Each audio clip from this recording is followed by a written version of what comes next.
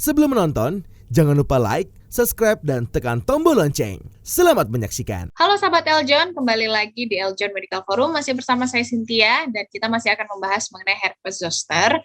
Masih dengan narasumber kita Dr. Afaf Agil Al-Munawar, dokter spesialis kulit dan kelamin. Nah, kemudian dokter, benar nggak sih dok katanya kalau misalnya herpes zoster ini gejalanya hampir melingkari tubuh itu akan menyebabkan kematian dokter katanya nih? Itu mitos lagi ya. Jadi sebenarnya bukannya kalau dia sudah muter itu menyebabkan kematian. Herpes zoster itu seperti yang saya jelaskan tadi, dia memang sifatnya itu unilateral. Apa itu unilateral? Dia hanya satu sisi. Jadi kalau kanan ya kanan aja, kalau kiri ya kiri aja.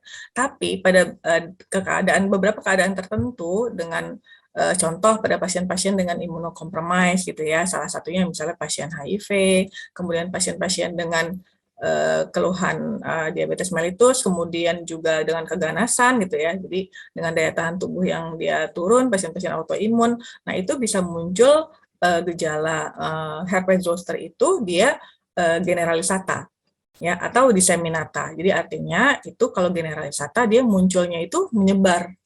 Jadi justru bukan hanya di daerah dermatomal itu, tapi dia bisa muncul ke seperti cacar air gambarannya. Jadi dia munculnya menyebar aja, nggak sesuai, nggak khas lagi herpes zosternya.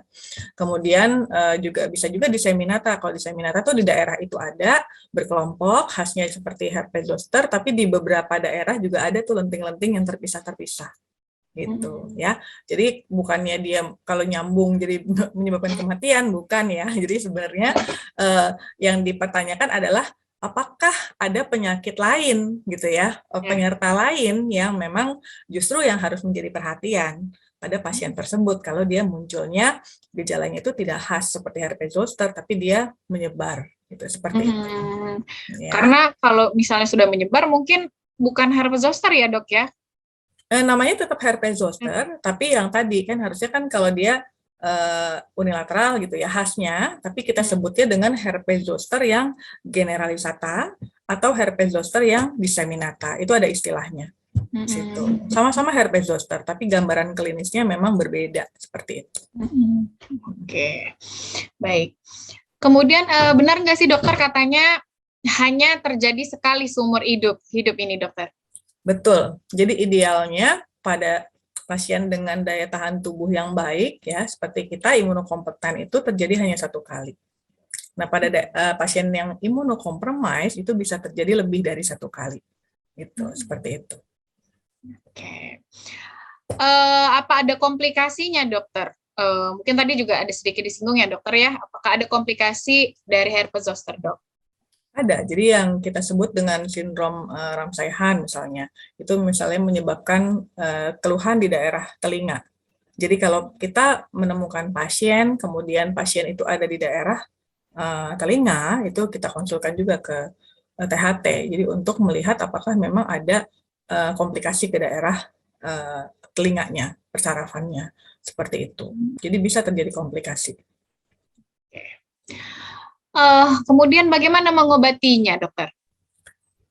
Tentunya pertama pengobatan utama untuk herpes zoster, ya. Jadi dengan pengobatan antivirus yang kita berikan dan kita konsultasikan. Jadi kalau memang dia melibatkan organ lain, contoh misalnya tadi yang sindrom Ramsay-Hunt, misalnya dia ke daerah telinga, kita konsulkan ke sejawat THT. Kemudian kalau dia mengenai daerah mata yang oftalmikus, kita konsulkan ke sejawat mata. Jadi memang nanti akan diberikan terapi sesuai dengan bidang masing-masing, seperti itu.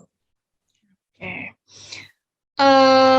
Nah, kemudian dokter, apakah ini bisa dicegah, dokter? Atau semua yang memang pernah kena cacar air, akhirnya orang menyimpulkan suatu saat akan terkena herpes zoster gitu, dokter? Atau seperti apa, dok? Betul. Jadi semua yang pernah cacar air berpotensi untuk muncul herpes zoster. Itulah kenapa kita harus menjaga daya tahan tubuh kita tetap baik. Jadi pada saat kondisi tertentu, misalnya daya tahan tubuh kita turun, kemudian kita dalam kondisi kelelahan gitu ya, kemudian juga pada saat kita terpapar dengan suatu penyakit misalnya ya, dengan misalnya kita yang tadinya nggak ada diabetes, kemudian muncul diabetes gitu ya, ataukah memang dalam pengobatan kanker dan lain-lain, ya itu bisa muncul herpes zoster gitu. Jadi tergantung daya tahan tubuh kita. Oke. Apakah ada vaksinnya, dokter? Vaksin yang sama. Jadi vaksin yang sama dengan cacar air. Jadi karena kan virusnya sama. Jadi virus varicella zoster. Jadi vaksinnya sama. Cukup 1 kali vaksin yang misalnya memang sudah pernah vaksin cacar air, itu sudah cukup artinya, Dok ya? Ya, dan memang masih ada jurnal ya, dinyatakan di jurnal tersebut juga memang tidak mencegah 100% untuk munculnya herpes zoster gitu ya setelah divaksinasi. Jadi ya masih memang butuh penelitian lebih lanjut untuk penggunaan vaksin cacar air pada pencegahan herpes zoster seperti itu. Tapi apakah ada yang tidak boleh menerima vaksin ini, Dok? Pada dasarnya tidak, sama semua. Ini kan pencegahan virus seperti layaknya kita melakukan vaksinasi influenza. Gitu ya. Jadi kan untuk kontraindikasi kan memang tidak ada. Jadi pada anak-anak pun dilakukan juga ya untuk vaksinasi terhadap cacar air. Jadi untuk mencegah munculnya gejala yang berat pada infeksi cacar air tersebut gitu. Oke. Baiklah, Dr. Afaf, terima kasih banyak hari ini sudah berbagi soal herpes zoster. Terima kasih banyak, Dokter. Sama-sama. Baik. Sahabat Eljon, itu tadi kita sudah mendengarkan soal herpes zoster ya, bagaimana pengobatannya dan lain-lain, dan juga tadi balik lagi ke imun tubuh supaya tidak terserang itu ya virus yang tadi yang menyebabkan akhirnya herpes zoster, balik lagi ke imun tubuh. Tapi memang mungkin kalau kita berbicara imun tubuh, kalau kita bisa meningkatkan imun tubuh baik, artinya banyak penyakit lain juga yang bisa kita cegah.